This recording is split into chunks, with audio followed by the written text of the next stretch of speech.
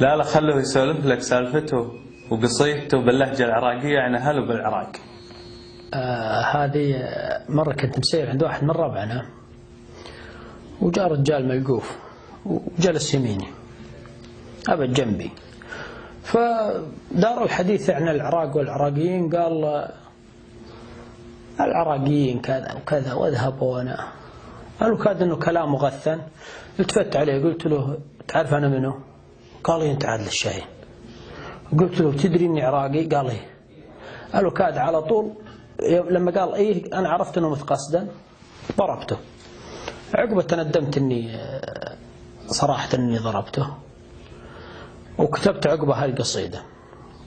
فاقول هلي بس بالصلاة لله يدنقون، ومثل طبع النخل واقف يموتون. هل ناعور والناعور دوار كفاك شرورهم لمن يدورون. هل مثل الرحى من تحكي الحلوق تعالوا ذوقهم لمن يطحنون. هل صينية تقطر من الأخلاق إذا مر جارهم خاطر يغارون. هل مثل التفق لو صار الزماد بخيت الشافهم مرة يزمطون. هل كحل المراجل وقت الأطياب ولكن أصبع بعين اللي يعيلون. هل غيمة كرم ما مرت بقاع إلا وبللت رجل يطلبون. هل ديوان والديوان مفروش كرامة وطيب للناس اللي يشرفون. هل مثل الشموس تضوي الكون من تصير ظلمة للي يضوون. هل فنجان عزة ورافع الراس جميع دلالكم لأهل يدنقون.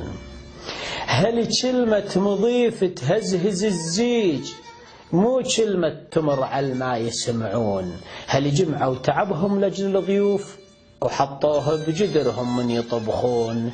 هل معجان عفة بساعة العوز قصوا من لحمهم للي يجوعون. هل عكاز شايب ما مش عيال يتسند عليهم للي يشمتون. صبر فلاح أهل بتالي القيض نثر كل منياته بدرب المزون. خلق صياد أهل بحسرة الماي ذب الشبكة بعناد اللي يصيدون.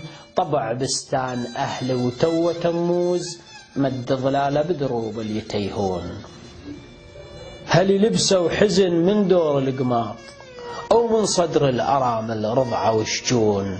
هل شاجور غير معبي أخلاق ولكن كلمة تذبح من يثورون. هل محراب غير بشح الرجال جميع أهل الشرف عندهم يصلون. سلامتكم.